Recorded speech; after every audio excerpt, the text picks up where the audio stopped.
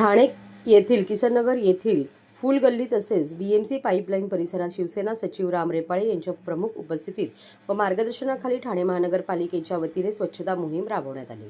या कार्यक्रमात शिवसेना सचिव राम रेपाळे आणि टीएमसीचे सर्व अधिकारी यावेळी उपस्थित होते।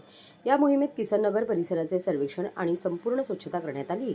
राम रेपाळे यांनी सांगितले की महाराष्ट्रात सर्वात पहिल्यांदा मी मोहीम तत्कालीन मुख्यमंत्री आणि सध्याचे उपमुख्यमंत्री एकनाथ शिंदे यांनी सुरू केली होती। त्यावेळी विरोधकांनी त्यांची खिल्ली उडवली आणि म्हटले की हे मुख्यमंत्र्यांचे काम नाही, तथापि तरीही त्यांनी रस्त्यावर उतरून मुंबई ठाणे परिसर स्वच्छ करण्याची प्रतिज्ञा केली आणि ही मोहीम सुरू केली। त्यांनी असेही म्हटले की आम्ही शिवसैनिक आहोत, आम्ही रस्त्यावर काम करतो, आम्ही फोटो काढण्यासाठी काम करत नाही। त्यांनी जनतेला असेही आवाहन केले की आपला परिसर स्वच्छ ठेवणे ही महानगरपालिकेबरोबर प्रत्येकाची जबाबदारी आहे। आपला परिसर स्वच्छ ठेवणे ही प्रत्येक नागरिकाची जबाबदारी आहे।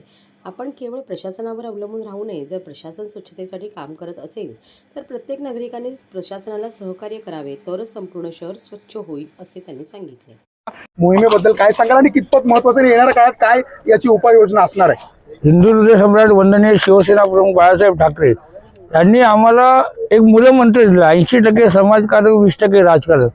आणि गुरुवारी या धर्मवीर आनंदगे साहेबांच्या तालमीत तयार झाले आम्ही सारे शिवसैनिक आहोत आणि शिवसेना नेहमीच रस्त्यावर उतरलेली असते।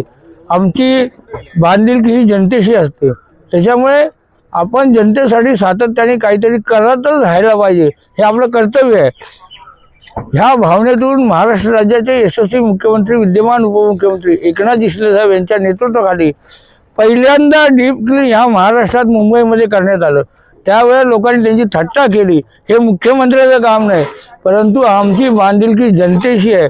मुंबईकरांना स्वच्छ हवा प्रदूषण मुक्त मुंबई करण्यासाठी त्यांनी पहिलं पाऊल उचललं। मग ठाणेकर कसे मागे राहतील? मग ठाणेकरांनी त्यांच्या हाकेला ओढ दिली आणि संपूर्ण शिवसैनिक आणि महानगरपालिकेची यंत्रणा कामाला लागली आणि हा म्हणता प्रत्येक आठवड्याला महापालिका कर्मचारी त्यांचे सर्व अधिकारी सुट्टी असून सुद्धा ते त्या दिवशी आपल्या कर्तव्य भावनेतून हे ठाणे शहर स्वच्छ करण्यासाठी प्रामाणिक प्रयत्न करत असतात। आणि आपण बघताय की काही ठिकाणी खरोखर जी म्हणजे ही बीएमसीची जागा आहे, इथे महानगरपालिकेची यंत्रणा काम करत नाही आहे कायद्यानुसार, परंतु कायदे कानून आम्ही सगळे बाजूला ठेवतो।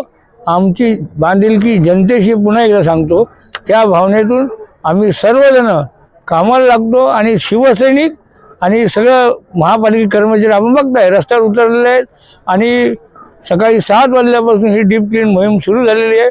हा पूर्णपणे कचरा संपेपर्यंत ही मोहीम चालू राहणार आहे। ही फोटो सेशनसाठी मोहीम नाही आहे, ही मोहीम आहे जनतेच्या आरोग्यासाठी।